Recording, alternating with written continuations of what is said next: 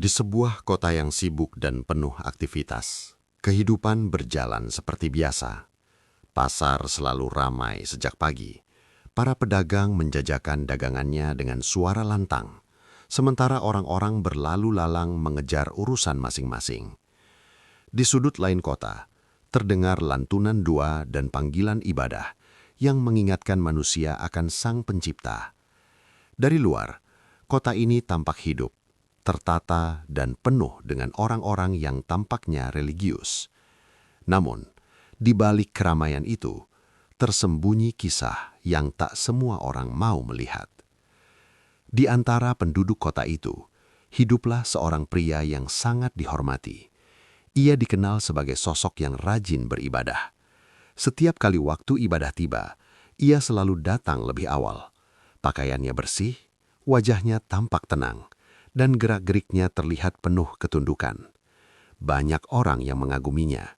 Mereka menganggapnya sebagai contoh teladan, seseorang yang dekat dengan agama, bahkan mungkin lebih baik dari kebanyakan orang lainnya. Anak-anak kecil sering melihatnya dengan kagum. Orang dewasa memujinya dalam percakapan. Namanya sering disebut ketika orang membicarakan kebaikan dan keteladanan. Seolah-olah ia adalah simbol kesalehan di kota itu.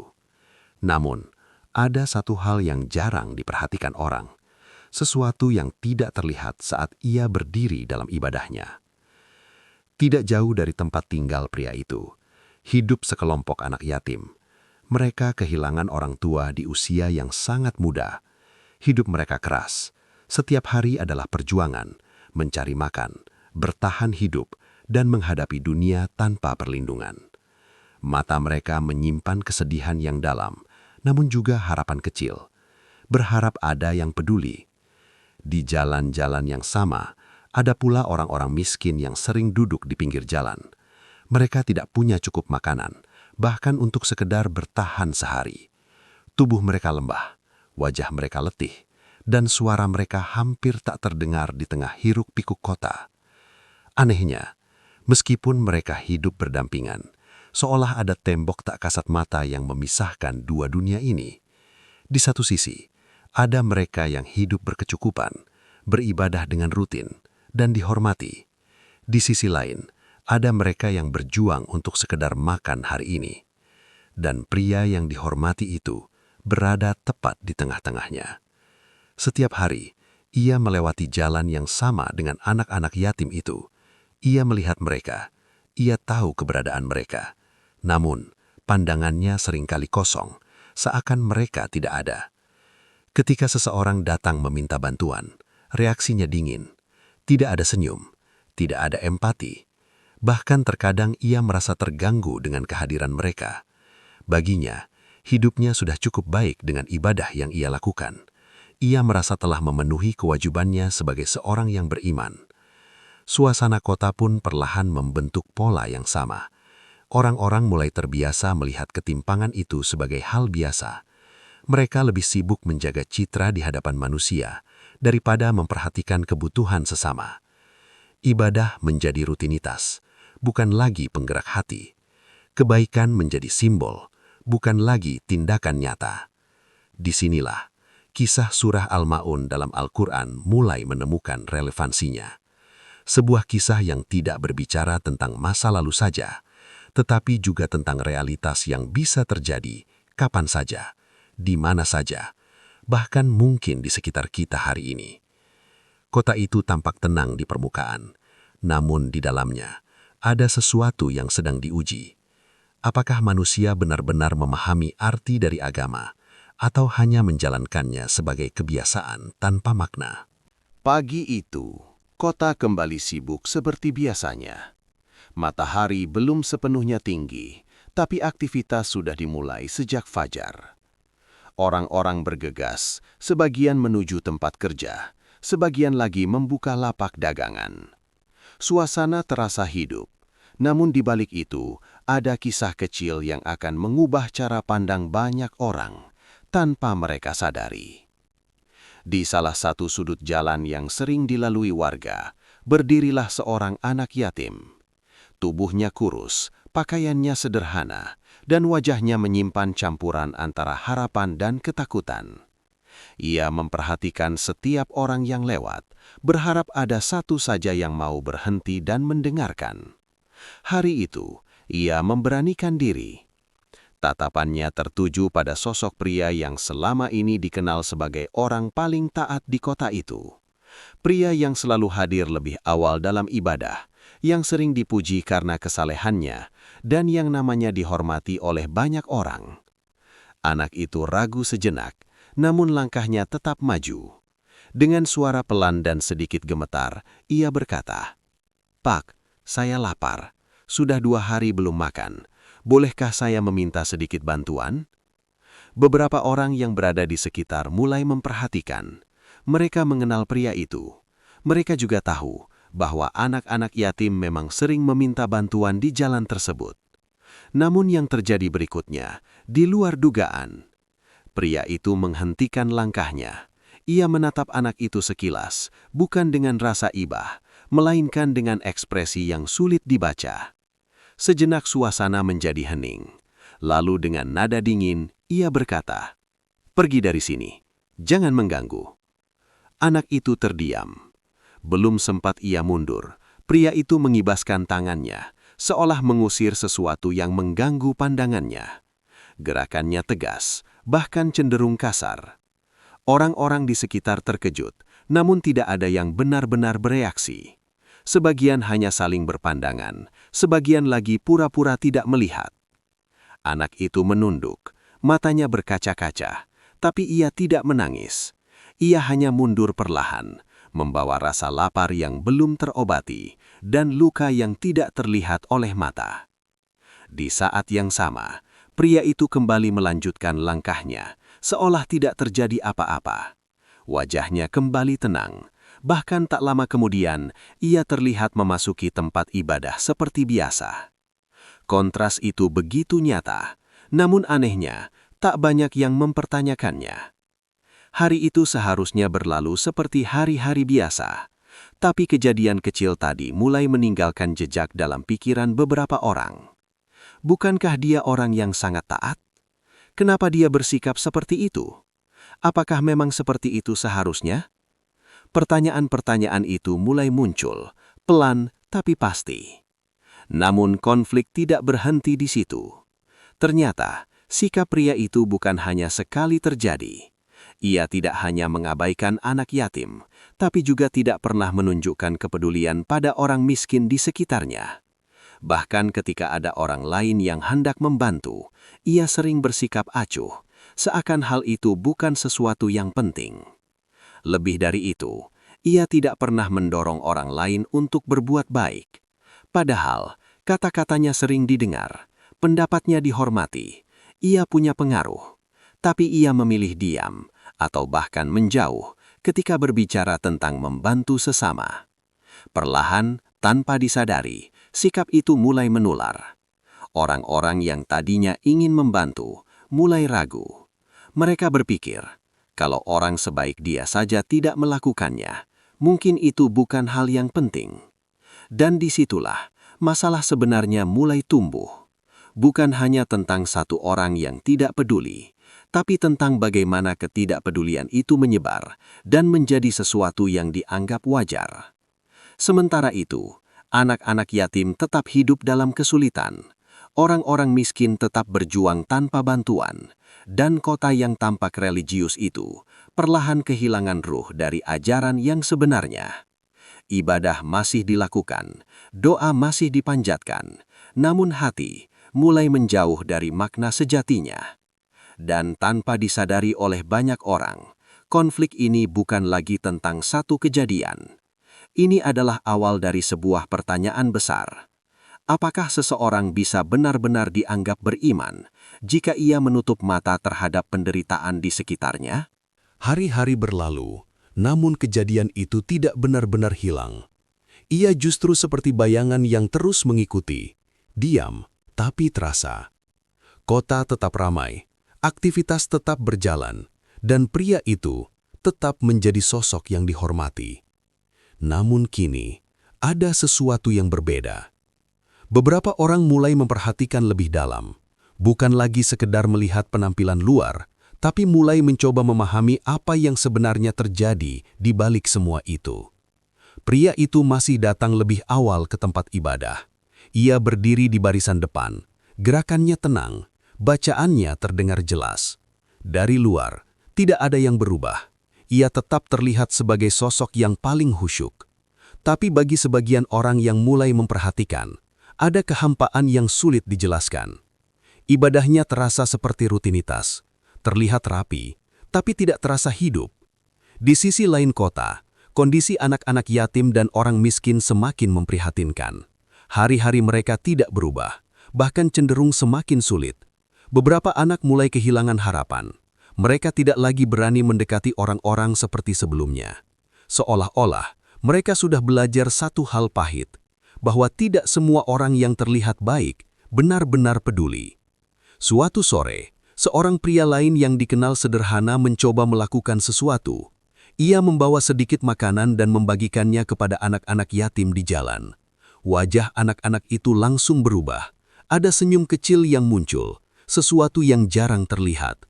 Namun ketika tindakan itu terlihat oleh sebagian orang, reaksi yang muncul justru tidak seperti yang diharapkan. Ada yang berkata pelan, "Untuk apa? Itu tidak akan mengubah apa-apa." Yang lain menimpali, "Lagi pula, kalau memang itu penting, pasti orang-orang besar di kota ini sudah melakukannya." Tanpa disadari, sikap acuh mulai menyebar lebih luas. Dan disitulah letak komplikasi yang sebenarnya. Bukan hanya satu orang yang kehilangan rasa peduli, tapi satu kota yang perlahan mulai kehilangan nurani. Pria yang dihormati itu tetap menjadi pusat perhatian. Apa yang ia lakukan atau tidak ia lakukan, diam-diam menjadi standar bagi banyak orang. Dan karena ia tidak menunjukkan kepedulian, maka banyak orang merasa tidak perlu melakukannya juga.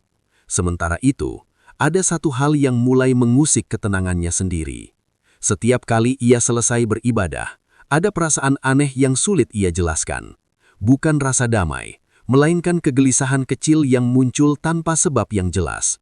Ia mencoba mengabaikannya. Mungkin hanya perasaan sesaat, pikirnya. Namun perasaan itu terus datang kembali. Suatu malam, ketika kota mulai sunyi dan hanya terdengar suara angin yang pelan, ia teringat kembali wajah anak yatim yang pernah ia usir. Tatapan itu, entah kenapa tidak bisa hilang dari ingatannya. Ia mencoba menenangkan diri dengan memperbanyak ibadah. Tapi semakin ia melakukannya, semakin terasa ada sesuatu yang tidak utuh. Seolah-olah ada bagian penting yang hilang. Di saat yang sama, bisikan-bisikan mulai terdengar di antara masyarakat. Bukan dalam bentuk tuduhan, tapi pertanyaan. Apakah ibadah cukup tanpa kepedulian? Apakah Tuhan hanya melihat apa yang tampak, atau juga apa yang ada di dalam hati? Pertanyaan-pertanyaan itu menyebar pelan, seperti riak air yang semakin melebar. Dan kini, konflik tidak lagi tersembunyi. Ia mulai terlihat, terasa, dan mempengaruhi banyak orang. Antara ibadah dan kepedulian, antara penampilan dan kenyataan, antara apa yang terlihat dan apa yang sebenarnya terjadi. Ketegangan semakin meningkat, karena jika semua ini dibiarkan, maka bukan hanya satu orang yang tersesat dalam makna ibadah, tapi seluruh kota bisa kehilangan arah. Dan di titik inilah, cerita mulai mendekati sesuatu yang lebih besar. Sebuah kebenaran yang tidak bisa lagi disembunyikan. Hari itu terasa berbeda. Langit kota tampak cerah seperti biasa, namun ada sesuatu di udara yang tidak bisa dijelaskan. Sebuah ketegangan halus, seolah-olah sesuatu yang besar akan terjadi. Orang-orang tetap menjalankan aktivitasnya, namun tanpa mereka sadari, sebuah kebenaran sedang bersiap untuk terungkap. Pria yang selama ini dihormati itu berjalan seperti biasa menuju tempat ibadah. Langkahnya mantap, wajahnya tenang. Orang-orang yang melihatnya masih memberikan hormat dan senyuman. Tidak ada yang menyangka bahwa hari itu akan menjadi titik balik bagi semuanya. Ketika ia berdiri dalam ibadah, suasana terasa khusyuk.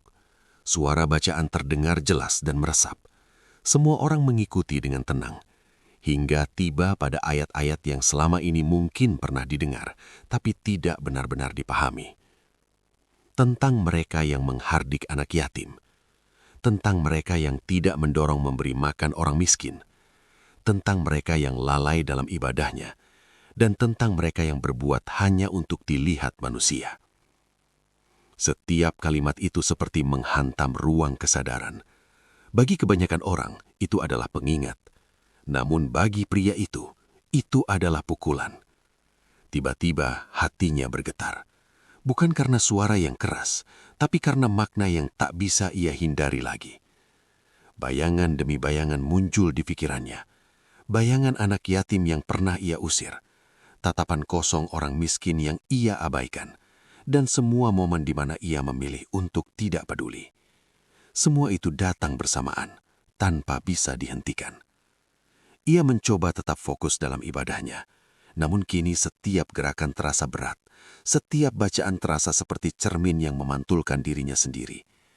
Apakah selama ini ia termasuk dalam golongan yang disebutkan itu? Pertanyaan itu menghantam keras. Di luar dirinya, suasana juga mulai berubah. Beberapa orang yang mendengar ayat-ayat itu saling berpandangan. Mereka mulai mengaitkan pesan tersebut dengan apa yang terjadi di sekitar mereka. Kisah anak yatim yang diusir, orang miskin yang diabaikan, dan sikap acuh yang perlahan menjadi kebiasaan. Semuanya tiba-tiba terasa nyata. Tidak lagi sekadar ayat, tapi kenyataan yang hidup di tengah mereka. Ketegangan mencapai puncaknya ketika kesadaran itu menyebar, bahwa menjadi orang yang terlihat taat tidak menjamin seseorang benar-benar beriman. Bahwa ibadah yang dilakukan tanpa kepedulian bisa kehilangan maknanya. Dan yang paling mengguncangkan, bahwa seseorang bisa saja merasa dekat dengan Tuhan, padahal ia sedang jauh dari nilai-nilai yang Dia perintahkan. Pria itu kini tidak lagi bisa menahan gejolak dalam dirinya. Untuk pertama kalinya, ia merasakan sesuatu yang belum pernah ia rasakan sebelumnya. Ketakutan yang dalam. Bukan takut pada manusia, tapi takut pada kenyataan tentang dirinya sendiri.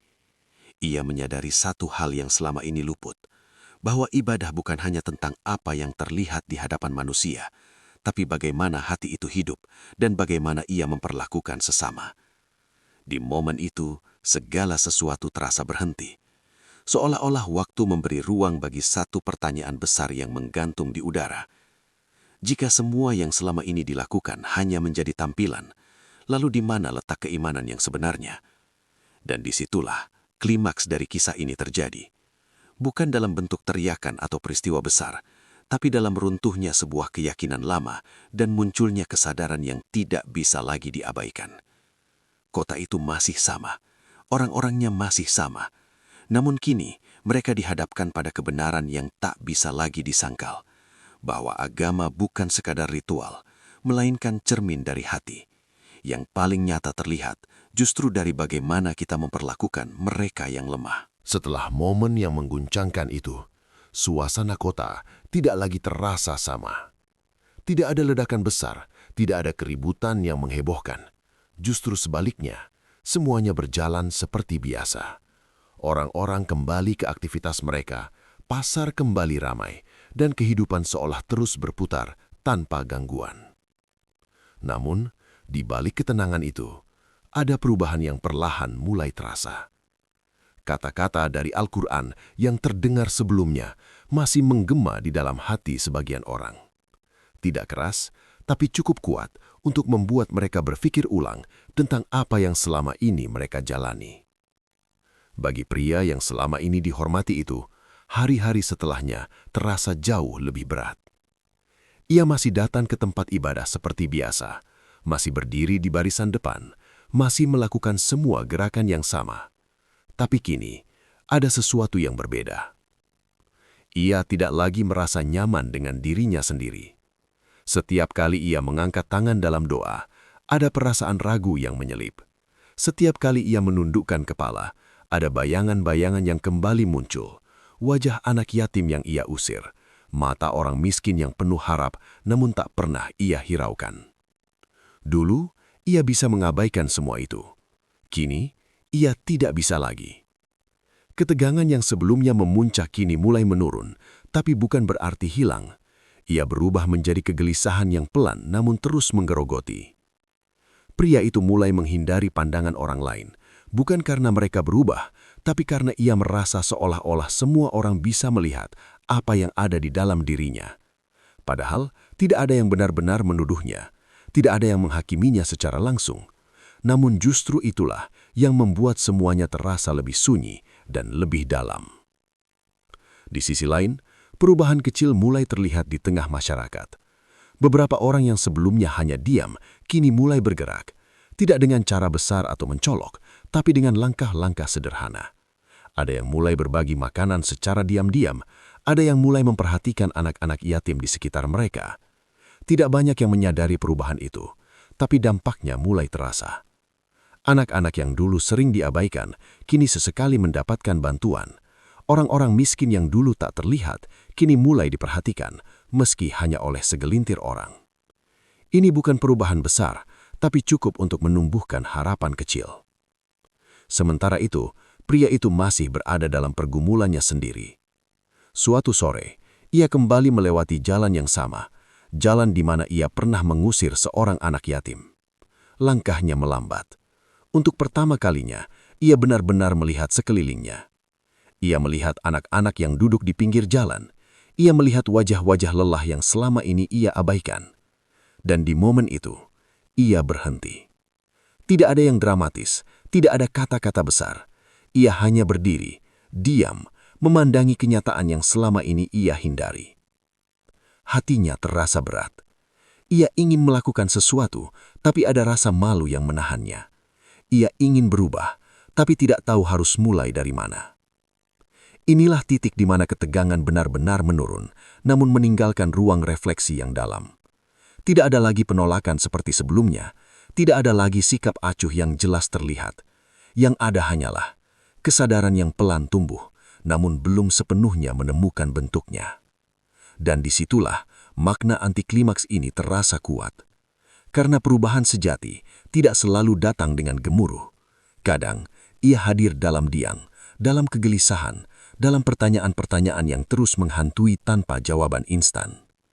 Kota itu belum sepenuhnya berubah. Pria itu pun belum sepenuhnya berbeda. Namun satu hal yang pasti, mereka tidak lagi sama seperti sebelumnya. Dan mungkin itulah awal dari sesuatu yang lebih besar. Hari-hari setelah kegelisahan itu tidak lagi terasa seberat sebelumnya, namun juga belum sepenuhnya tenang. Perubahan yang terjadi bukanlah sesuatu yang instan. Tidak ada keajaiban yang langsung mengubah segalanya dalam semalam. Justru semuanya berjalan perlahan, hampir tak terasa, tapi nyata. Pria itu mulai mengambil langkah kecil. Bukan langkah besar yang terlihat oleh banyak orang, bukan pula sesuatu yang bisa langsung menghapus masa lalunya, tapi sebuah keputusan sederhana untuk tidak lagi mengabaikan. Suatu pagi, ketika ia kembali melewati jalan yang sama, ia melihat seorang anak duduk di pinggir jalan. Wajahnya tidak asing. Anak yatim yang dulu pernah ia usir, kini ada di hadapannya lagi. Langkahnya sempat terhenti. Ada rasa ragu, ada rasa malu, bahkan ada dorongan untuk kembali berjalan seperti dulu, berpura-pura tidak melihat. Namun kali ini, ia tidak melakukannya. Dengan hati yang masih bergetar, ia mendekat. Tidak banyak kata yang ia ucapkan. Bahkan suaranya terdengar pelan, seolah takut dengan dirinya sendiri. Ia memberikan sedikit makanan yang ia bawa. Anak itu terkejut. Ia menerima dengan ragu, seakan tidak yakin ini benar-benar terjadi. Tidak ada percakapan panjang, tidak ada adegan dramatis. Tapi disitulah sesuatu mulai berubah. Bukan hanya bagi anak itu, tapi juga bagi pria tersebut. Untuk pertama kalinya, ia merasakan sesuatu yang berbeda dalam dirinya. Sebuah ketenangan kecil yang tidak pernah ia rasakan sebelumnya, meskipun ia telah lama beribadah. Ia mulai memahami bahwa apa yang selama ini hilang bukanlah ibadahnya, tapi maknanya. Sejak saat itu, perubahan kecil mulai terus terjadi. Ia tidak lagi hanya fokus pada dirinya sendiri. Ia mulai memperhatikan sekitar. Kadang ia membantu tanpa diketahui orang lain. Kadang ia hanya mendengarkan, kadang ia hanya hadir. Tidak semua orang menyadari perubahan itu, dan memang ia tidak lagi mencarinya, karena kini ia tidak lagi ingin terlihat baik, ia hanya ingin benar-benar menjadi baik. Di sisi lain, masyarakat juga perlahan ikut berubah. Orang-orang yang sebelumnya ragu, kini mulai lebih berani untuk peduli. Mereka tidak lagi menunggu contoh dari sosok yang dianggap paling taat. Mereka mulai bertindak berdasarkan hati mereka sendiri. Kebaikan kecil mulai bermunculan di berbagai sudut kota. Ada yang berbagi makanan, ada yang membantu diam-diam, ada yang sekadar mengulurkan tangan. Semuanya sederhana, tapi cukup untuk menghidupkan kembali sesuatu yang sempat hilang, rasa kemanusiaan. Konflik yang sebelumnya terasa besar dan menekan, kini mulai meredah. Bukan karena semuanya telah perfuma, tapi karena arah telah berubah. Pria itu kini menjalani ibadahnya dengan cara yang berbeda. Gerakannya mungkin sama, bacaannya mungkin tetap, tapi hatinya tidak lagi kosong. Setiap doa yang ia panjatkan kini terasa lebih jujur. Setiap sujud yang ia lakukan kini terasa lebih dalam. Karena ia tahu bahwa hubungannya dengan Tuhan tidak bisa dipisahkan dengan bagaimana ia memperlakukan sesama. Dan di titik inilah, penyelesaian mulai terlihat. Bukan sebagai akhir yang perfuma, tapi sebagai awal dari kehidupan yang lebih bermakna. Sebuah pemahaman baru yang tumbuh pelan namun kuat, bahwa iman sejati tidak hanya diucapkan, tapi diwujudkan dalam tindakan nyata. Waktu terus berjalan, dan tanpa terasa, kota itu tidak lagi sama seperti dulu. Perubahannya memang tidak drastis, tidak ada perayaan besar, tidak ada pengumuman yang menggema. Tapi justru dalam kesederhanaan itulah, perubahan itu terasa lebih nyata, lebih dalam. Anak-anak yatim yang dulu sering diabaikan, kini tidak lagi sepenuhnya sendirian. Masih ada kesulitan, masih ada kekurangan, namun kini ada tangan-tangan yang mulai terulur, ada mata yang melihat, dan hati yang mulai peduli. Orang-orang miskin yang dulu hanya menjadi pemandangan, kini mulai diperlakukan sebagai manusia yang layak diperhatikan. Tidak semua berubah, tapi cukup untuk menumbuhkan harapan, sesuatu yang dulu hampir hilang. Dan pria itu, ia tidak lagi dikenal sebagai sosok yang paling terlihat taat. Ia tidak lagi menjadi pusat pujian seperti dulu. Bahkan, sebagian orang mungkin tidak menyadari perubahan yang terjadi padanya. Namun justru disitulah letak perbedaannya. Kini, ia berjalan dengan lebih tenang, tanpa perlu dilihat, tanpa perlu dipuji. Ibadahnya tidak lagi sekadar rutinitas yang terlihat indah di luar, tapi menjadi sesuatu yang hidup di dalam hatinya. Ia tidak hanya berdiri dalam doa, tapi juga berjalan dalam kebaikan. Sesekali, ia masih melewati jalan yang sama, jalan yang dulu menjadi saksi dari sikapnya yang dingin. Tapi kini, setiap langkahnya membawa makna yang berbeda. Ia tidak lagi menghindar. Ia tidak lagi menutup mata. Karena ia telah belajar satu hal penting, bahwa menjadi hamba yang baik bukan tentang seberapa sering terlihat beribadah, tapi tentang seberapa besar kepedulian yang tumbuh dalam hati dan diwujudkan dalam tindakan. Kota itu mungkin masih jauh dari sempurna. Manusia-manusianya masih terus belajar. Namun satu hal telah berubah.